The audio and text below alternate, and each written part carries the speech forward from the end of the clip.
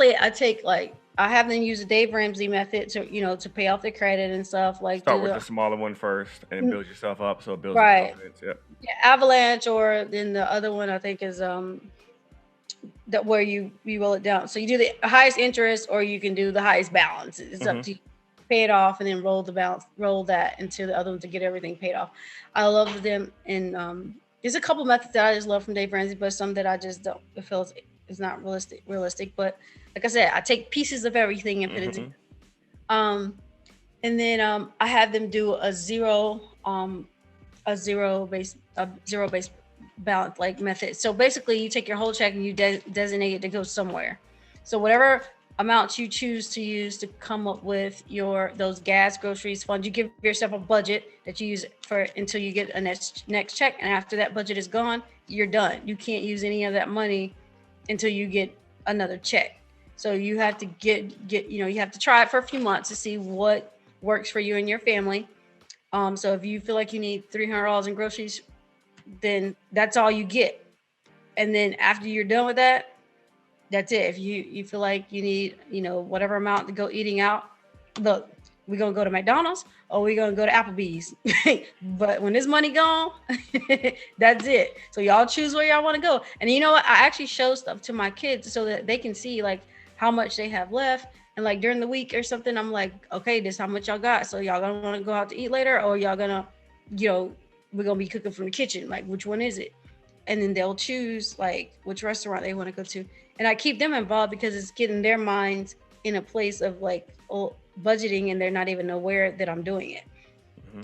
So I always keep them, and especially like fun. I have fun account. I just have the four, but other people, like I said, may have more for the variables. So fun, gas, groceries, and eating and dining out. And then for my sinking funds, I have vacation. I have the boys in case they need like school clothes or shoes. I have a taxes one that I just throw money in to pay taxes on any money that I make, like when I'm trading. I have birthdays, holiday, Christmas, anything that I spend, I kind of just throw whatever's left in my check. I throw little amounts in each one. So it could be I throw $25 in vacation. I throw $9 over here. I throw $22. I have home maintenance, car maintenance. I throw a little bit of money in there in case you need an oil change or in case something breaks down in the house. I have like just money sitting there, and I just do it. It could be $2 and I just throw it over there. So I'm designating my whole check to go to one of these accounts, and I always give myself $100 every pay period to do something for myself. So do not ever forget yourself, because you're you're gonna want to quit this if you don't do anything for yourself. So I like to get my hair done every other week, so that's like what I do. And sometimes I'll do my toes or something, but like other than that, I really don't. I might buy a book or something, whatever. But the money just sits there and rolls over, and um, and that's what I do. And they're all in different accounts, so I'm not mixing the money. So my utilities in one, my variables in another one, my sinking funds are in one, and then my account for myself is in one, and then the emergency fund is in an account that's online. So if people heard emergency funds, that's something that you make multiply all your expenses and variables times 6 or 3 months, 6 months, 9 months, a year, however many months you want. In case a pandemic comes again, you'll have that, you know, available to you so you can pay your bills in case you can't work. So after we set people up, they come back. I check up on them every few months, see how they're doing.